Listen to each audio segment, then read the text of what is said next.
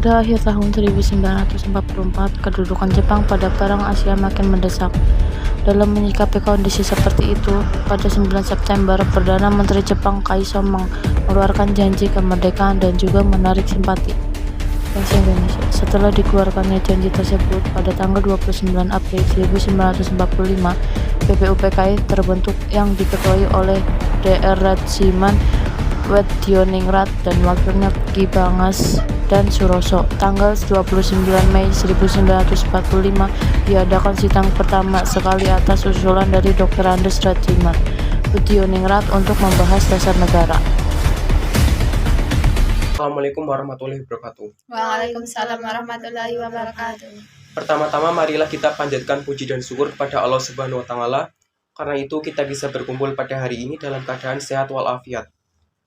Saudara-saudara sebangsa dan setanah air, bangsa Indonesia ini akan menghadapi bangsa yang baru, bangsa yang mengguncangkan dunia. Oleh karena itu, dalam sidang ini membahas dasar negara Indonesia sebagai fondasi bangsa Indonesia yang akan datang.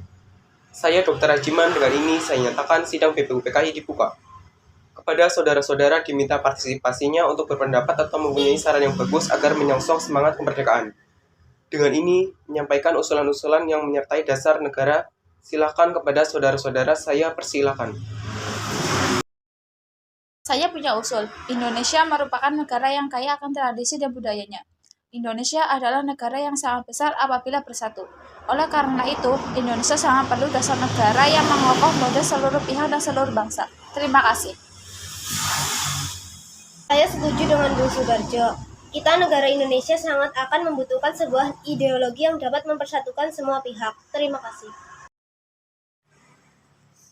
Menurut saya, mengenai dasar negara dirumuskan dalam 5 poin yang saya sebut dasar dan asas NKRI yang meliputi 1. Peri kebangsaan, 2. Peri kemanusiaan, 3. Peri ketuhanan, 4. Peri kerakyatan, 5. Peri kesejahteraan. Bung Yamin, saya hargai pendapat Anda. Tetapi perlu diingat, Indonesia adalah negara yang mayoritasnya Islam. Maka dari itu, Indonesia harus berlandaskan Islam. Apakah kamu tidak mendengar kami? Kami membutuhkan dasar negara, bukan kepentingan Anda saja yang dibutuhkan. Menurut saya, ide beliau sudah sangat jelas, karena sudah mengandung unsur ketuhanan yang sekiranya dapat diterima oleh Indonesia, karena Indonesia sangat beragam. Sidang rapat seperti ini kita tidak akan menemukan dasar negara. Jadi saya hentikan sidang kali ini dengan dilanjutkan esok. Pada sidang rapat hari kedua, tepatnya tanggal 31 Mei 1945, Profesi Dr. Andos Wepomo membuat rumusan. Di sini kita akan bahas lagi mengenai dasar negara, dikarenakan kemarin kita belum bisa mendapatkan hasilnya. Maka dari itu, laporan hasil kemarin akan disampaikan oleh Panji Soroso. Rapat kemarin, kita telah mendapatkan usulan dasar negara dari Bung Yamin, tapi poin yang peri ketuhanan itu masih mengganjal kita. Apakah saudara-saudara telah mempunyai usulan-usulan lainnya? Saudara-saudara sekalian, saya pikir tidak ada guna lagi kita untuk memasarkan agama. Semua agama dan keyakinan hanya menuju pada satu Tuhan, Tuhan Yang Maha Esa. Maka dari itu, masih banyak permasalahan penting dan mendesak untuk kita bahas. Tapi Bung, Indonesia ini punya mayoritas agama Islam. Saya tidak setuju. Kalau Anda masih berpendapat seperti itu, mengapa Anda tidak membuat rapat sendiri? Untuk menghasilkan sebuah negara, kita tidak mementingkan urusan pribadi dan ego. Lebih baik Anda keluar. Tenang para saudara-saudara, saya akan menyampaikan pendapat mengenai dasar negara. 1. Kesatuan, 2. Kekeluargaan, 3. Keseimbangan lahir dan batin, 4. Musyawarah, 5. Keadilan masyarakat. Atas Bung Supomo yang telah mengusulkan usulan mengenai dasar negara. Apakah ada yang mengusulkan usulan lain? Jika tidak, rapat sidang hari ini kita hentikan dan kita lanjutkan pada hari ketiga.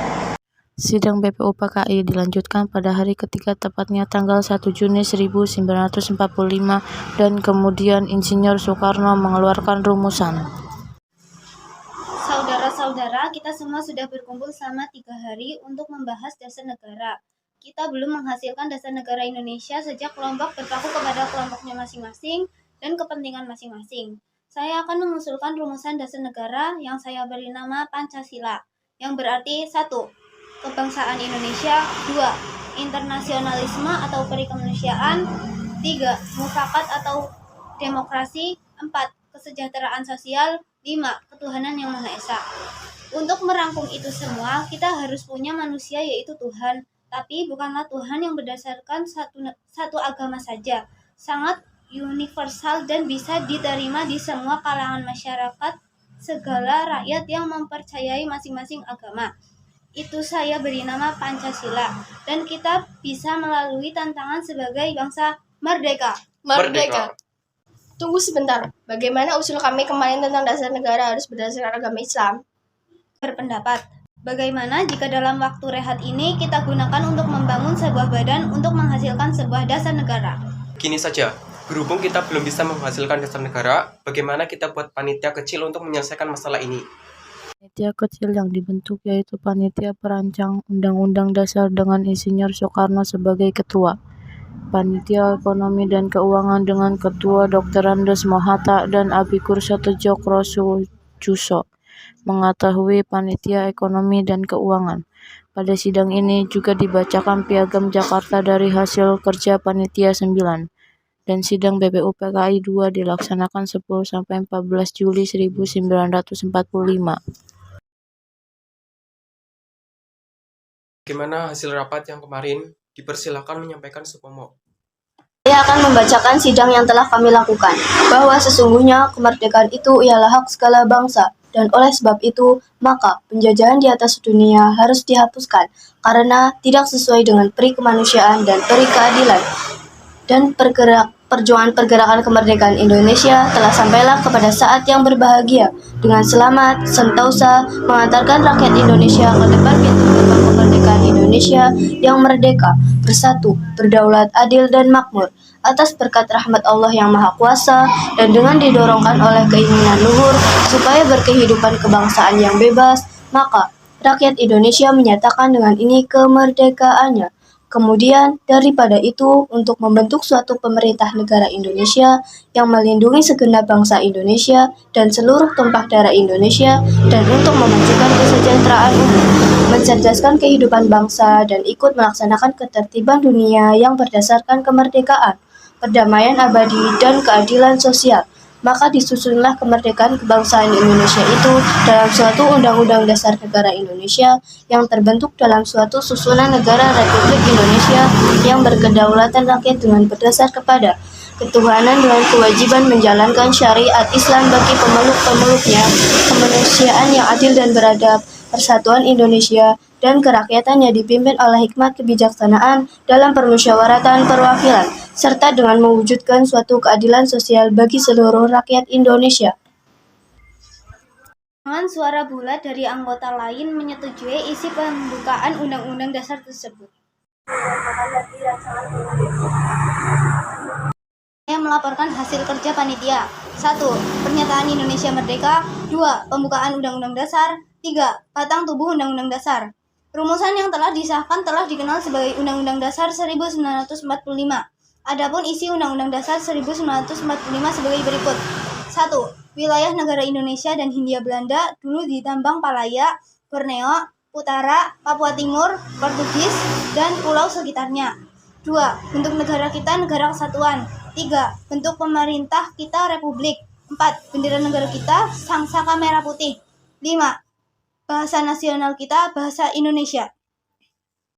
Jadi kesimpulan sidang kali ini adalah bentuk negara Indonesia yaitu Republik dan wilayah Indonesia yakni seluruh pulau Indonesia. Dengan keberhasilan dari Panitia Perancang Undang-Undang Dasar menyusun rancangan Undang-Undang Dasar, maka tugas BPU PKI dinyatakan selesai dan dibubarkan.